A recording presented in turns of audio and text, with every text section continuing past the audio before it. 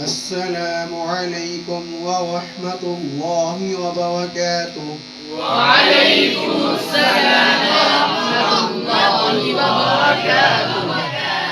میرے پیارے ساتھیوں، آپ سب کا کیا حال ہے؟ الحمدللہ ہم ٹھیک ہیں۔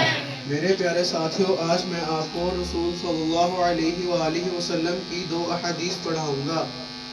حدیث نمبر 1۔ رسول اللہ صلی اللہ علیہ وسلم نے فرمایا، لیس منا من لم يرحم صغيرنا ولم يعرف شرف کبیرنا۔ اس کا ہمارے ساتھ کوئی تعلق نہیں جس نے ہمارے چھوٹوں پر شفقت نہ کی اور ہمارے بڑوں کی عزت و شرف کو نہ پہچانا۔ حدیث نمبر 2۔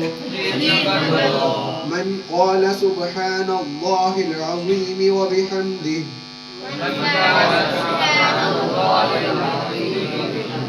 برست له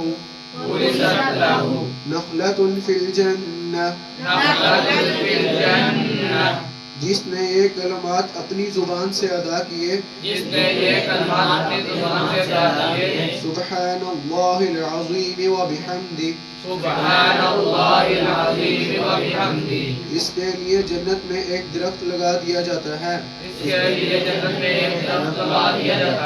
میرے پیارے ساتھیوں، آپ ان حدیث پر عمل کریں گے؟ جزاک اللہ خیرا۔